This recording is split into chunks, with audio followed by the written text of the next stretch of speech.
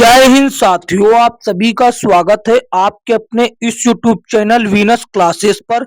आज की इस वीडियो में हम लोग देखेंगे साथियों एसएससी जीडी एग्जाम 2025 11 फरवरी साथियों सेकंड शिफ्ट 11 फरवरी सेकंड शिफ्ट का साथियों एनालिसिस करेंगे सबसे पहले सबसे सटीक उत्तर के साथ। साथियों चैनल पर नए हो तो चैनल को सब्सक्राइब करके नोटिफिकेशन बेल को ऑल पर क्लिक कर लें। इसका पीडीएफ कहाँ मिलेगा, कैसे मिलेगा, सभी की जानकारी हम दे देंगे आपको। तो देखिए, पहला प्रश्न ये पूछा गया था साथियों कि मौर्य साम्राज्य के संस्थापक कौन थे। साथियों मौर्य साम्राज्य के संस्थापक कौन थे? तो साथियों मौर्य साम्राज्य के संस्थापक हो जाते हैं चंद्रगुप्त मौर्य। कौन हो जाते हैं? चंद्रगुप्त मौर्य हो जाते हैं। इनके बारे में जानकारी देख लेते हैं साथियों। तो देखिए, मौर्य साम्राज्य के संस्थापक चंद्रगुप्त मौर्य थे। उन्होंने 322 ईसा पूर्व में इस साम्राज्य की स्थापना की थी। चंद्रगुप्त मौर्य ने नंद वंश को हराकर, नंद वंश के घनानंद नाम व्यक्ति के, घनानंद नाम के शासक को हराकर चंद्रगुप्त मौर्य ने मौर्य वंश की स्थापना की थी। चंद्रगुप्त मौर्य ने अपने गुरु चाणक्य, ये जरूर बात याद रखेंगे कि उनके गुरु का नाम चाणक्य था, की मदद से मौर्य साम्राज्य की स्थापना की। चाणक्य को कौटिल्य भी कहा जाता था, जिनका वास्तविक नाम विष्णुगुप्त था, जिनका वास्तविक नाम विष्णुगुप्त था। समझे, विष्णुगुप्त इनका वास्तविक नाम था। चाणक्य कहो या कौटिल्य कहो या विष्णुगुप्त कहो के नाम से जाना जाता है। चंद्रगुप्त मौर्य ने अपनी सेना को संगठित किया था। और देखते हैं आगे, ये रहा, कहता है मौर्य साम्राज्य भारतीय उपमहाद्वीप में स्थापित होने वाला सबसे पहला और सबसे अहम साम्राज्य था। वह साम्राज्य बछू घाटी से लेकर कावेरी डेल्टा तक फैला था। मौर्य साम्राज्य के शासकों ने इस एक सुव्यवस्थित केंद्रीकृत प्रशासन दिया। चंद्रगुप्त मौर्य के दो बेटे थे, जिनमें से बिंदुसार दूसरे मौर्य शासक बने और उनके अशोक, चंद्रगुप्त मौर्य के बेटे बिंदुसार के एक बेटे का नाम अशोक था, जो मौर्य साम्राज्य के सबसे महान शासकों में से एक थे। तो अशोक किसके पुत्र थे? बिंदुसार के थे, और जो मौर्य साम्राज्य के साथियों महान शासक थे। देखते हैं साथियों अगला प्रश्न। ये एक प्रश्न ये पूछा गया था कि साथियों भारत की 11वीं पंचवर्षीय योजना का विकास लक्ष्य जो दर था वो क्या था? विकास लक्ष्य की दर कितनी थी? तो साथियों 8.1% जो थी ये विकास लक्ष्य की दर थी। लेकिन इसके बारे में जानकारी देखिए, भारत की 11वीं पंचवर्षीय योजना का विकास लक्ष्य 8.1% था, लेकिन उसने केवल 7.9 की विकास दर ही हासिल की थी। समझे। और इसके बारे में जानकारी देखिए कि भारत की 11वीं पंचवर्षीय योजना जो 2007 से 2012 के बीच तक चली, विकास लक्ष्य के ये लक्ष्य थे इसके। उसके विकास लक्ष्य ये थे, क्या क्या था? समावेशी विकास और गरीबी में कमी, सामाजिक क्षेत्र में सुधार और सेवाओं का विस्तार हो, शिक्षा और कौशल विकास के जरिए सशक्तिकरण, लैंगिक असमानता को कम करना, और क्या था साथियों?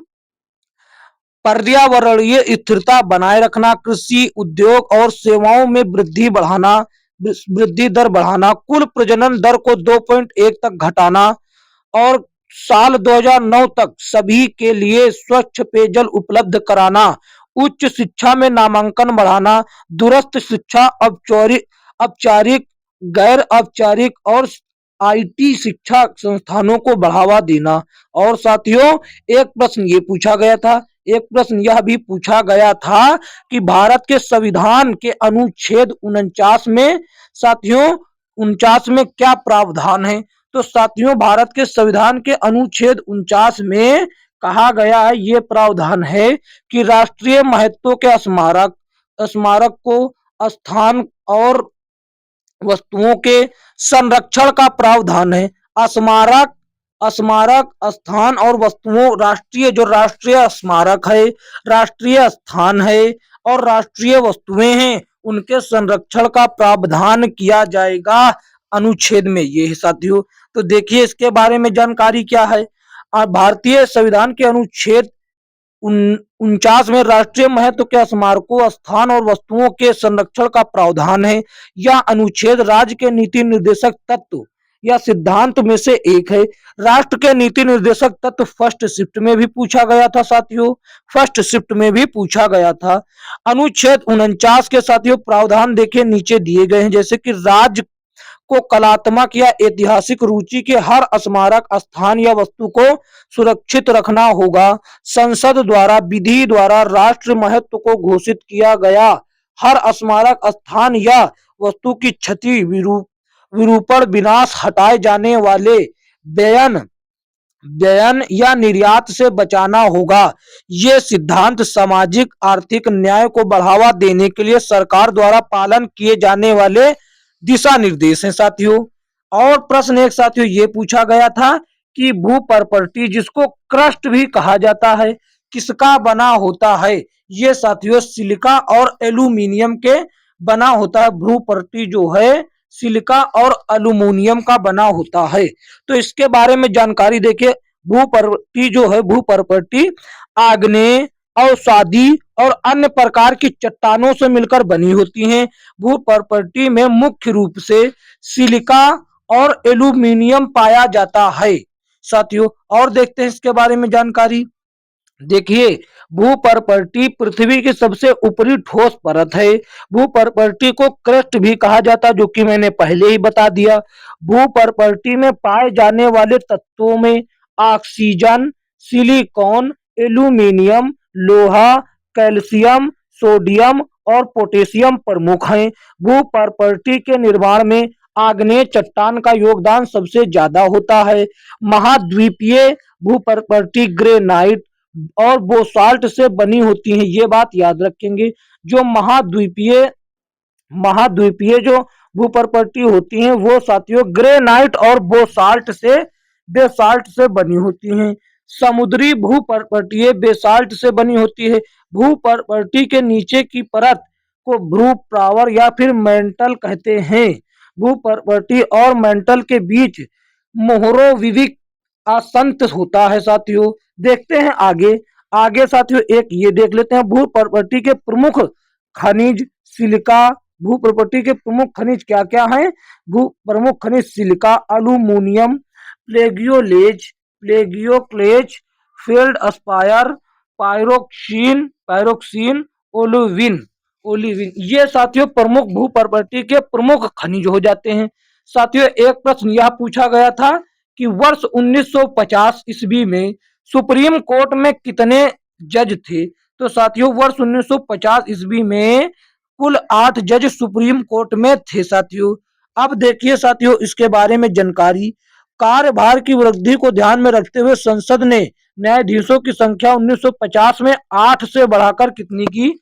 1956 में 11 कर दी, 1960 में 14 और 1978 में 18, 1986 को 26 और साथियों देखिए 1986 में 26 और 2009 में 31, 2019 में 34 और साथियों 2025 में 33 है।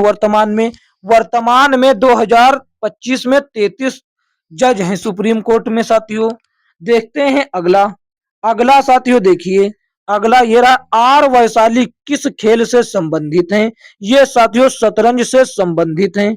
ये शतरंज से संबंधित हैं। देखिए इनके बारे में आर वैशाली शतरंज खिलाड़ी हैं, एक वुमेन ग्रैंड मास्टर हैं। उन्होंने कई राष्ट्रीय अंतरराष्ट्रीय शतरंज टूर्नामेंट में स्वर्ण पदक जीता। उनका जन्म 21 जून 2001 को चेन्नई में हुआ था साथियों। उनके पिता रमेश बाबू TNS बैंक में शाखा प्रबंधक है। उनकी मां नागलक्ष्मी गृहिणी है। उनके छोटे भाई आर प्रज्ञानंदा भी शतरंज के ग्रैंड मास्टर हैं। और देखते हैं साथियों उन्होंने साल 2012 में अंडर 11 राष्ट्रीय शतरंज चैंपियनशिप में और under 13 girls national chess championship में स्वर्ण पदक जीता। और उन्होंने साल 2015 में आयोजित अंडर 14 गर्ल्स वर्ल्ड चैंपियन में स्वर्ण पदक जीता। 2017 में Asian individual blitz chess championship में स्वर्ण पदक जीता था।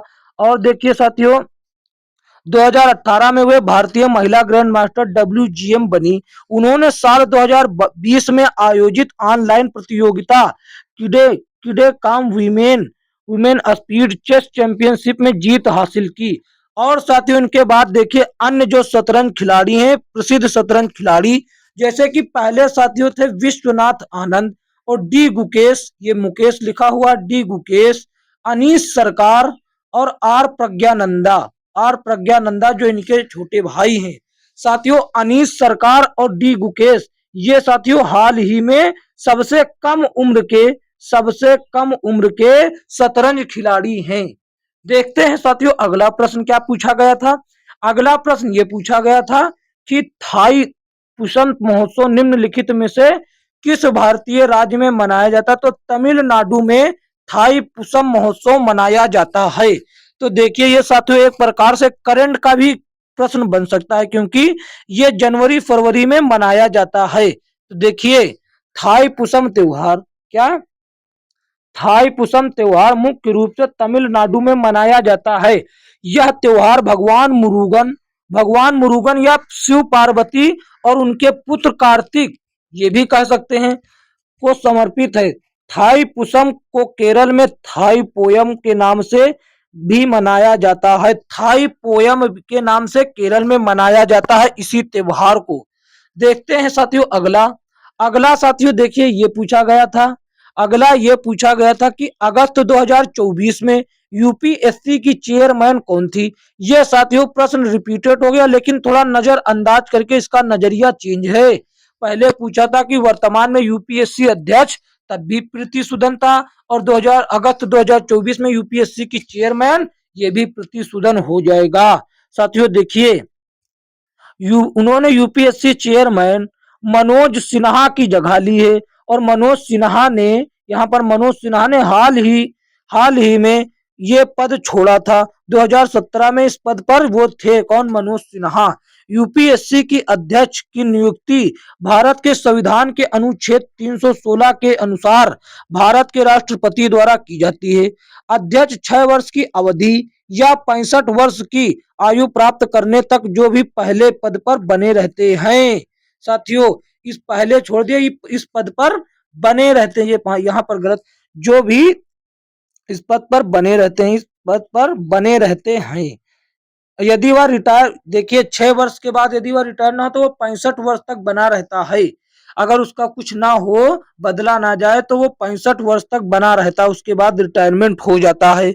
तो देखिए साथियों ये एक प्रश्न पूछा गया था, द्वितीय पंचवर्षीय योजना 1956 से 1961 से कथन संबंधित प्रश्न पूछा गया था।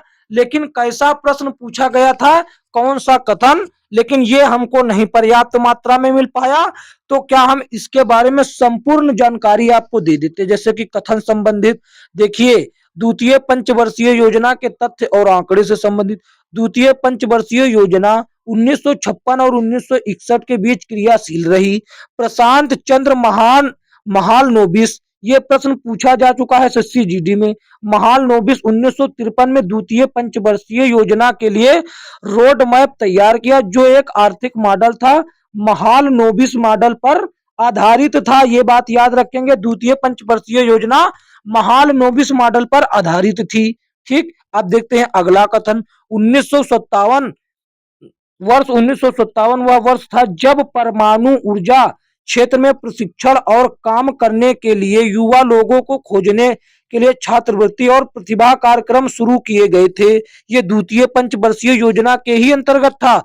द्वितीय पंचवर्षीय योजना पर काम करने के लिए 48 अरब रुपए खर्च किए गए, और भारत ने 4.5% के निर्धारित लक्ष्य के मुकाबले केवल 4.27% आय ही वृद्धि हासिल की। साथियों ये सभी दो द्वितीय पंचवर्षीय योजना से संबंधित हैं। अब देखिए ये 1957 में भारत को बाह्य स्तर पर भुगतान संकट का सामना करना पड़ा। द्वितीय पंचवर्षीय योजना के सबसे दिलचस्प तथ्यों में से एक यह है कि योजना के असफल होने की भविष्यवाणी की गई थी, जो कि कार्यकाल के आधे रास्ते में ही पूरी हो गई थी। समझ गए ना। अब देखते हैं साथियों अगला। एक प्रश्न ये पूछा गया था कि ज्ञानपीठ पुरस्कार के लिए कितनी राशि प्रदान की जाती है। तो देखिए साथियों ज्ञानपीठ पुरस्कार के लिए 11 लाख रुपए की राशि प्रदान की जाती है। और साथियों बात करें 11 लाख तो वर्तमान में प्रदान की जाती है, लेकिन पहले कम दी जाती थी। देखिए, ज्ञानपीठ पुरस्कार में 11 लाख रुपए की नगद राशि दी जाती है। इसके अलावा एक प्रशस्ति पत्र और वाग देवी की कांस्य प्रतिमा भी दी जाती है। ये बात याद रखेंगे। ज्ञानपीठ पुरस्कार की शुरुआत 1961 में हुई, लेकिन हुई 61 में, पहली बार 1965 ईस्वी में मलयालम भाषा के कवि जी शंकर कुरूप को दिया गया। 1961 में शुरू हुई, लेकिन 1965 से इसका वितरण आरंभ हुआ। ये बात याद रखेंगे। भारतीय ज्ञानपीठ पुरस्कार भारतीय ज्ञानपीठ द्वारा दिया जाता है। यह पुरस्कार भारतीय साहित्य में उत्कृष्ट योगदान देने वाले लेखकों और कवियों को दिया जाता है। देखिए, अब फिर से शुरू हो गया बढ़िया पॉइंट। साल 1965 में इस पुरस्कार की शुरुआत 1 लाख रुपए राशि के साथ हुई थी और 2005 ईस्वी में यह राशि 1 लाख से बढ़ाकर 7 लाख रुपए कर दी गई और साथियों 2015 में इस राशि को बढ़ाकर 11 लाख रुपए कर दिया गया, जो वर्तमान में भी 11 लाख रुपए है। साथियों, एक बात यह भी याद रखेंगे, इस पुरस्कार को भारत के संविधान की 8वीं अनुसूची में शामिल भारतीय भाषाओं में लिखने वाले भारतीय लेखकों और कवियों को ही दिया जाता है। पहला ज्ञानपीठ पुरस्कार मलयालम लेखक जी शंकर कुरूप को 1965 ईस्वी में दिया गया था। समझे? अंग्रेजी को 3 साल पहले ज्ञानपीठ पुरस्कार की भाषा के रूप में शामिल किया गया था। शुरुआत में अंग्रेजी में लिखने वाले कवियों और लेखकों को ज्ञानपीठ पुरस्कार नहीं दिया जाता था। 3 साल पहले साथियों अंग्रेजी भाषा को ज्ञानपीठ पुरस्कार मिलना आरंभ हुआ। साथियों, यही थे कुछ प्रश्न जो आज की परीक्षा में पूछे गए थे सेकंड शिफ्ट में। यदि साथियों यह वीडियो अच्छा लगा तो इसको लाइक करें और अपने दोस्तों में शेयर करें जिनका आगामी शिफ्टों में एग्जाम है। और साथियों हमें कमेंट करके जरूर बताएं कि आपका एग्जाम कब है, किस शिफ्ट में है।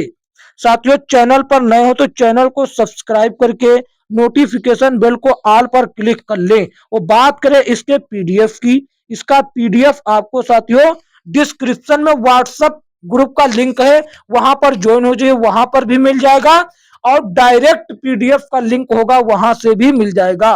व्हाट्सएप ज्वाइन करने का एक ये फायदा है कि आपको वहां एकदम फ्री लेटेस्ट बुकों का पीडीएफ मिलता रहेगा। फ्री बहुत सारी बुक जो होंगी, जो लेटेस्ट बुकें होंगी 2025 की, उनका पीडीएफ आपको बिल्कुल मुफ्त एकदम फ्री मिलेगा।